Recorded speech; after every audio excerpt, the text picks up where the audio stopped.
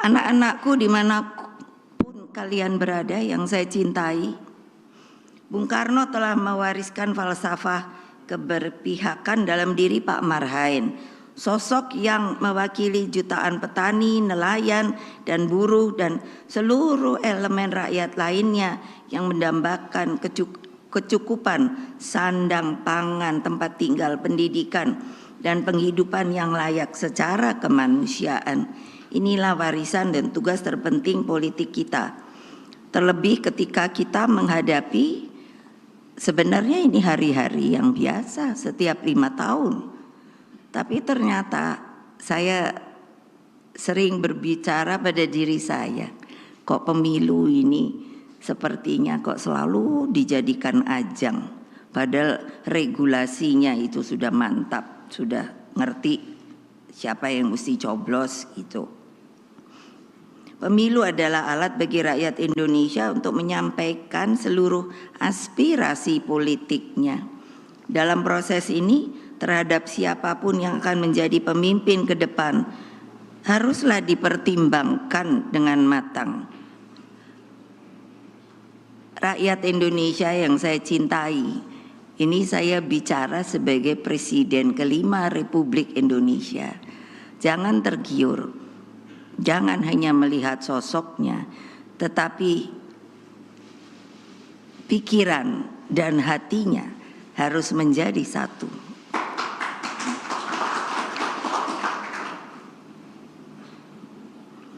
Cermati rekam jejaknya, moral dan etikanya, tanggung jawabnya, dan kemampuan memahami harapan lebih dari 270 juta rakyat Indonesia. Dalam keseluruhan syarat-syarat menjadi pemimpin, PDI Perjuangan bersama P3, Perindo, Hanura, dan para relawan meyakini bahwa Bapak Ganjar Pranowo dan Profesor Mahfud MD lah yang memenuhi syarat itu. Mereka berdua satu kesatuan Dwitunggal, sebab tidak ada negara maju tanpa adanya pemimpin yang memperjuangkan hukum agar berkeadilan. Tidak ada negara maju tanpa kepemimpinan yang manunggal dengan rakyat. Coba kita pikirkan di seluruh dunia, kalau ada pemimpin tidak menjalankan tugas dan kewajibannya dan justru tidak menaungi rakyatnya, pasti yang namanya negara itu lalu goncang. Itu bukannya apa, lihat saja sendiri, banyak negara yang seperti itu. Lalu apa? Pak Ganjar Pranowo, Pak Mahfud MD memenuhi 3 syarat sebagai pemimpin. Saya sebagai ketua umum partai, karena rule of the games dari pemilu itu kan partai yang harus memilih calon. Nah, ini kebetulan calon ada 3, dan saya ditugasi oleh Kongres Partai sebagai ketua umum untuk memilih nanti calonnya. Nah, saya selalu lihat-lihat mana yang bagus ya. Oh ini, oh lihat lagi. Sampai saya kontemplasi, sampai saya bicara sama bapak saya. Terus saya tanya, lihat. Nah, akhirnya tentu harus ada keputusan. Jadi bukannya asal, oh kamu jadi pemimpin. Bagaimana nanti akan menaungi rakyat? Kalau saya bilang pemimpin itu adalah payung yang mengayomi seluruh rakyat Indonesia tanpa kecuali. Tolong diingat, di dalam Undang-Undang Dasar kita disebutkan bahwa setiap warga negara mempunyai hak yang sama di mata hukum. Ingat, tuh wartawan, ingat. Nah apa? Jadi dengan saya pilih Pak Ganjar Pranowo dan Pak Mahfud MD memenuhi 3 syarat sebagai pemimpin tersebut. Pertama, mereka saya lihat energik. Energi dan stamina sangat diperlukan. Memimpin sebuah negara kepulauan terbesar di dunia.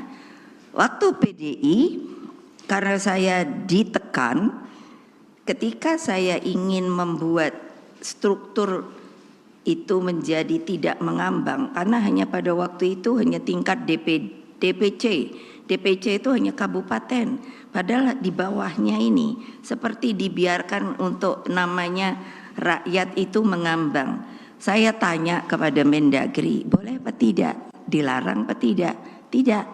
Saya keliling Republik Indonesia ini bukannya hanya di kota-kota lalu diterima dengan gemerlap dan lain sebagainya. Saya bertemu akar rumput, saya duduk di bawah dengan mereka. Saya dengarkan cerita dan kesedihannya. Saya tahu sehingga adatnya. Orang Jawa, saya ngomong Jawa, orang Sumatera kebetulan dari keluarga ibu saya itu bahasa Sumatera. Jadi kalau tidak bisa keliling republik yang begini besar, lautan kita itu lebih besar dari kepulauannya. Banyak orang sepertinya masih berpikir kita ini benua. No. The biggest archipelago in the world. Mestinya bangga. Satu-satunya. Tolong, terutama kadang yang saya lihat dari TNI, Polri dan lain sebagainya, masih sepertinya diajari bahwa kita ini untuk pertahanan keamanan itu sepertinya memakai sistem benua. Lalu saya pikir ini bagaimana ya membenarkannya. Boleh dong kalau nanti ada yang, oh ibu kok ngomong begitu. Jangan lupa saya presiden kelima, saya pernah wapres. Jadi saya ngerti tata negara, tata pemerintahan. Gitu loh. Jadi apa? Adil. Orang harus menanggapinya.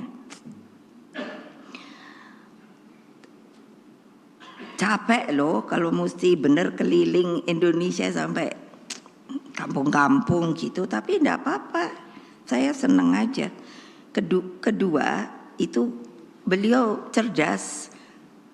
Lah, Pak Ganjar itu kan kader, jadi udah saya liatin.